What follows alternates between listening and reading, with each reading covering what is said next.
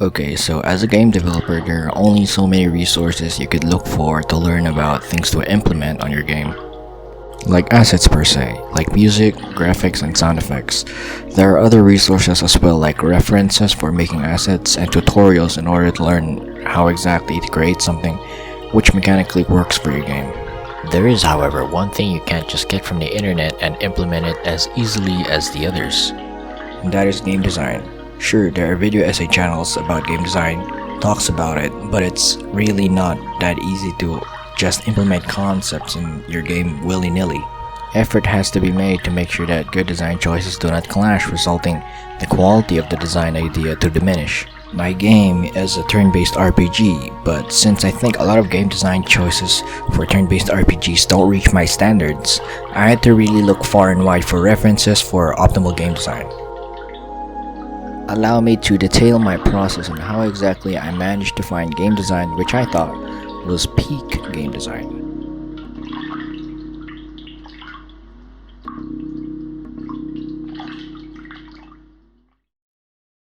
Okay, so I'd like to first list down what to expect in this devlog. I'll be talking about how I went about teaching basic mechanics and game design ideas I got from other games. Firstly, let's talk about teaching the player mechanics with as little words as possible. Since the movement in my game is very unusual, due to the fact that it's a derivative from least to the painful, I've placed a sign which the player can check that gives information on certain controls. It will teach the player how to run and how to hop up and down ledges. I didn't need to tell the players about the Z button being the interact button and the arrow keys being movement keys, since in order to even see the sign, they would have already instinctively used it. Next, how I began teaching the player furthermore without words. In that same area, after hopping up a bit more and running to the right, the player will see that running across a one-tiled gap will have them hop over it, therefore teaching the player that is what happens when you run across the ledge. After then, the player is faced with a cave entrance to which, if they go through it, they will meet their first opponent, a foe which you cannot escape lest you kill it. In truth, the enemy doesn't attack. Normally, in turn-based RPGs, the basic commands given to you during battle are attack, guard, item, skill, or flee. Since as I mentioned, I didn't want the battles to be mash A to win, so I removed the basic attack option. How does that work, you ask? Well, the commands the player starts with are inhale, skill, item, and flee. In this first fight, however, there is no items and you cannot flee. Naturally, you would want to deal damage, so you check skills. Unfortunately, you cannot use skills since it seems the resource to use skills are completely depleted. Doing what you can only do, you press inhale, as you see your SP and TP increase. The SP and TP being the resources required to use skills. So, next you use a skill that says, deals very heavy physical damage in its description.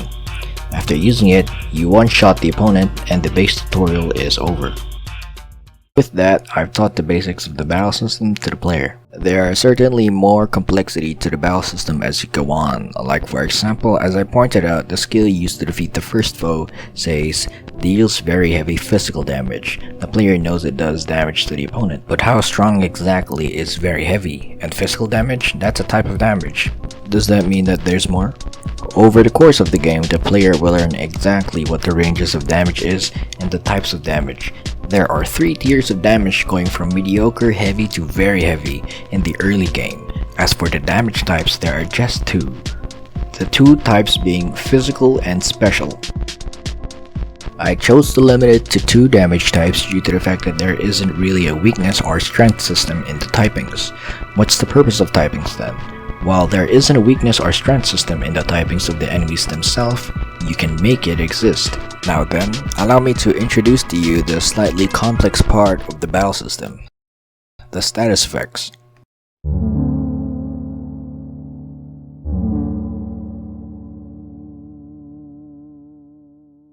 Status effects are more or less the spice of an RPG battle system, and how I implemented them came from how fun it was to use and least of the painful. You know how in some turn-based RPGs they artificially increase difficulty by making bosses immune to status effects? Least of the Painful didn't have this problem. While status effects still prove useful in order to balance the power of status effects, some enemies are just so strong you barely live even going all out. Basically, I designed my battles with that principle in mind. I'll go further into the pacing of how I scattered the battles later, but let's get back into the topic of status effects. In Least of the Painful, there was one status effect that stood above the rest, and that was Oiled Up. There is only one party member that can apply this status effect, and that's why they're the best support. What being oiled up does is increase the damage that fire attacks do. This status effect stood out so much because it basically found a way to make a certain damage type stronger, hence most people use this strategy in the game. While it's not overpowered, It's an easy thing to understand, and so people see it as the go-to damage strategy. Alright, let's see if I can do this. Gasoline spit, we're gonna do... Let's see how the hot dance goes. Okay. Hottest dance! How much damage do I do? Oh my god! Whoa! Holy shit, Terry! Oh my god, 21,000 damage. Okay, that's a lot. That's a lot, I think. What I've done with this concept is stole it. The status effect that I have that works akin to Oiled Up is Bruised. What Bruised does is double the damage that physical damage does. Special damage doesn't have a status effect that doubles its damage, so does that mean special damage dealers are inferior? No, I've made sure to balance that. Physical damage can be countered by multiple status effects. Evade, allowing the one with it to evade physical damage. Scourge, allowing one with it to counter-attack physical damage with a lot of damage. Whoa, that's a lot of status effects. How are you gonna teach the player all of that, you might be asking? I was worried about this because how Least of the Painful handled it was mediocre and not something I liked. All they did was put up a sign in the starting area of the game, vaguely telling the players what status effects do. So, to fix this problem, I tried to find a correct solution and ended up finding it by looking at two games, Hylics 2 and Pokemon. Pokemon had you learn about typings, moves, and all other stuff by collecting Pokemon. Hylics 2 had you learn what skills do by having the skill description describe exactly everything that the skill does. In my game, there are multiple party members which you can collect, and like Pokemon, upon collecting party members, you learn more about the mechanics of the game. As for any skill with a status effect, it says exactly what a status effect does, if it isn't obvious. For example, if a skill gives someone the status effect Bruised, it will say, make a foe bruised, making them weaker to physical damage. With that, I taught exactly what Bruised does to the player, while also giving significance to what the physical damage type does. With each sub-area, there are a lot of party members, so not only does getting more party members expand what the player can do, it also teaches the player the mechanics of the battle system. In order to make some fights harder like bosses, I did not make opponents immune to these status effects. However, some status effects give immunity to some things like other status effects, damage types. It's up to me to take into account what resources and party members the players most likely has before choosing what moveset an enemy has. More or less, that's all I have to say about how I designed the battle system. Next up, I'll talk about how I paced the game.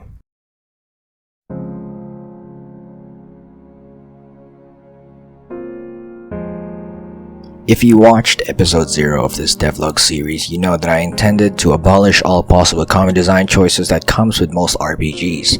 Two of the most common design choices that comes with turn-based RPGs, which is rather notorious, are random encounters and the concept of grinding. There are ways to make grinding better, more fun, and seem like it isn't grinding. For example, Crosscode is a game that pretends it's an MMORPG. It has a lot of side quests that are simple kill 20 of X or kill 15 of Z. However, since there's a limit to them, it doesn't just feel like endless busywork, and there are actual stopping points. If grinding in games are performing repetitive tasks, then in Crosscode, we decided to do it in a manner that feels more like checking off a list. Over time, the player gets strong incrementally, and it feels purposeful since there are extrinsic goals attached to it. Let's say, for another example, Chrono Trigger. There are no random encounters because the way they do it is that in each area, there's a set amount of enemies that you can battle, and their battles are all set up to be their own different sets of challenges. Lisa the Painful does this as well, but to an extent which is subtly more different. Basically, most enemies in Lisa the Painful are unique. What this does is make every single battle a virtually unique challenge from another, as it's a new foe. If it's your first playthrough, you don't have much of a frame of reference to figure out what the opponent does until they start attacking. The main way for the player to get EXP in Lisa the Painful, however, is basically to let the player seek out fights themselves by exploring the game. That's killing two birds with one stone, letting the player have fun and letting the player do what can be seen as a rather optimal action. There are some places where there is random encounters in Lisa the Painful, but those random encounters reward the player very little EXP, making the player understand that they shouldn't grind for EXP there. However, there are places in Lisa the Painful where the player can in fact grind for EXP and money. The design choice for the ability to grind eases the developer's mind in a couple things, but there's one thing among them that I'd like to point out, and that is preventing soft locks. Having a permanent resource allows the player to fully have agency over stuff like currency or their strength. The problem with this, however, is that since players would see this as an optimal strategy, who knows how long they will grind? Is there an in-game metric that can help players tell them when to stop grinding? Pokemon dealt with this by the concept of Pokemon levels. Theoretically, two Pokemon with the same level have somewhat similar stats, so if a player is stuck fighting a high-level opponent, in the back of their mind, the game tells them to grind until the levels of their Pokemon match up. But grinding is a chore. I do not like grinding, so I took the best of Lisa the Painful's game design choices and slapped it onto my game with a twist. The battles are all limited in the same sense as Lisa the Painful, where there are hard fights that more or less become easier if you choose to explore and seek out more battles. However, I eliminated random encounters and the capability to grind completely. You cannot grind for money, you cannot grind for EXP, you must seek them out by exploration. The reason why I feel like removing the ability to grind is better than having the ability to grind is, with more restrictions, I can set up battles to be more intricate puzzles that do not have over-leveling or item hogging be the solution. By item hogging, I mean the act of grinding for money to buy healing items and just spam healing in hard battles. The standard for turn-based RPG progression goes as follows. Give story to get some feeling for the world or a purpose, have a town-like area to more or less have a safe place, a dungeon to give a way to grow, and a boss to test the player's skill. The way standard dungeons are designed is to have some weak fodder enemies, have some optional fights or loot, then the boss to challenge the skill. How I deal with progression is similar, but the main difference is how I distribute the enemies. There is a rather quick route to take in order to get to the sub-area's boss. If you head straight to it without exploring, you're getting your ass kicked. As for the enemies that aren't the boss, pretty much most of them have similar strength in each sub-area. So it's all just a matter of choosing who to fight before heading to the boss. How I designed the boss's strength is by having the player be the strongest they can be at that point in the game and making sure that the boss will have the player barely survive. I do my best to make sure that there are more than one strategy to beat the boss in order to prevent soft locks that feel unfair. The boss battles are the things that playtesters seem to have a lot of fun with, since the first time fighting against them, you are most likely to lose since you don't know what to prepare. Speaking of progression, I'd like to talk about my game's core gameplay loop. Basically what all of this talking about progression wraps up to, as to understand more or less how I choose to design each area for this game.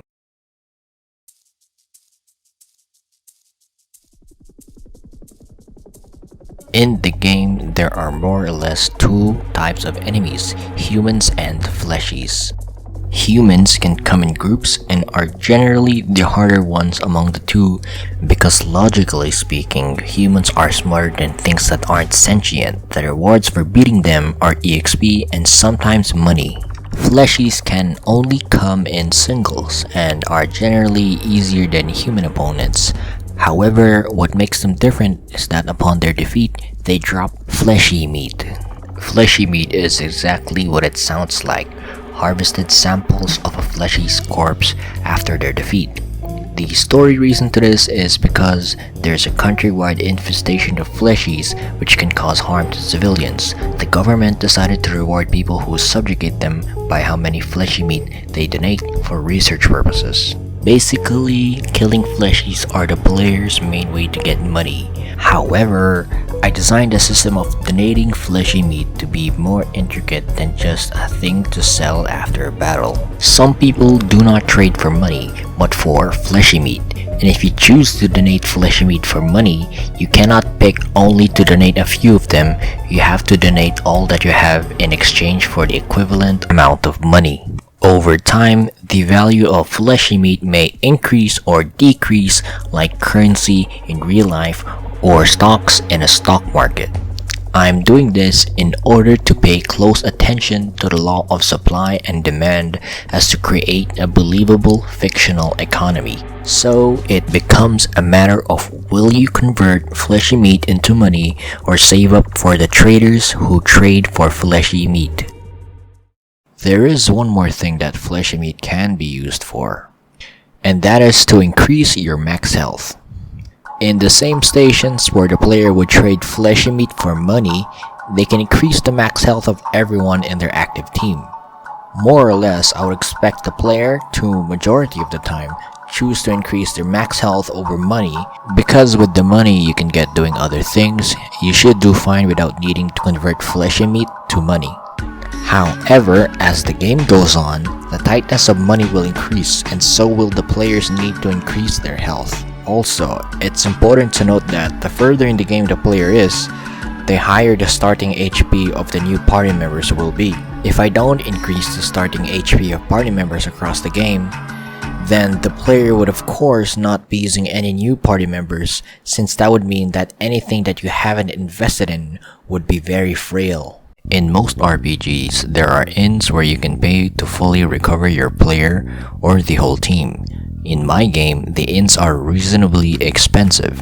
In an apocalyptic time, and a lot of mercenary-like individuals to be everywhere and traveling, it would make sense for the law of supply and demand to take place, making the price of inns higher.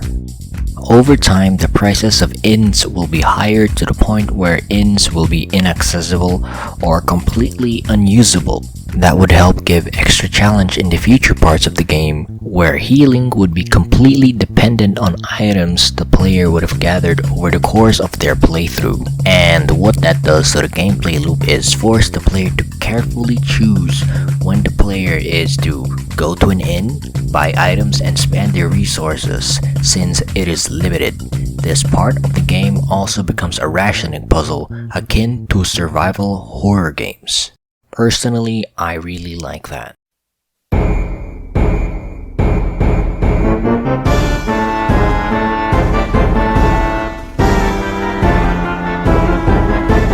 That's it. That's the video.